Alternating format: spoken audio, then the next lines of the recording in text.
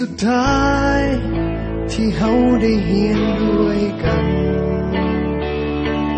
ปีสุดท้ายที่เฮาจะต้องจากกัน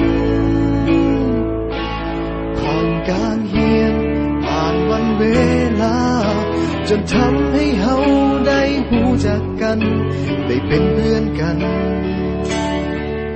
จนวันนี้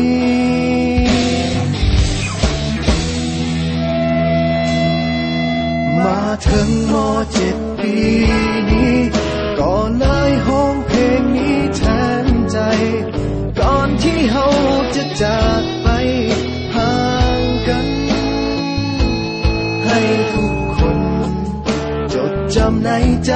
ฝากเพลงนี้ไว้ให้คิดถึงกันเมื่อต้องถึงวันที่จากไป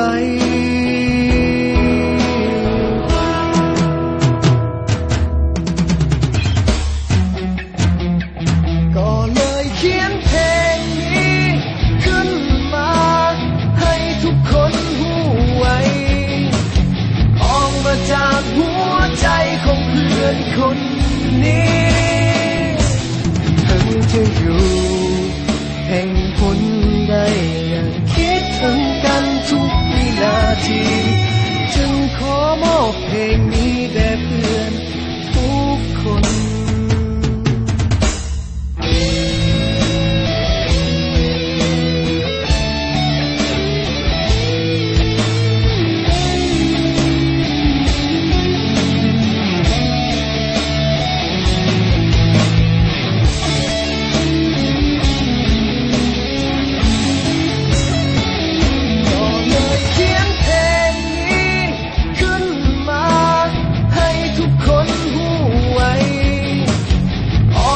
จากหัวใจของเพื่อนคน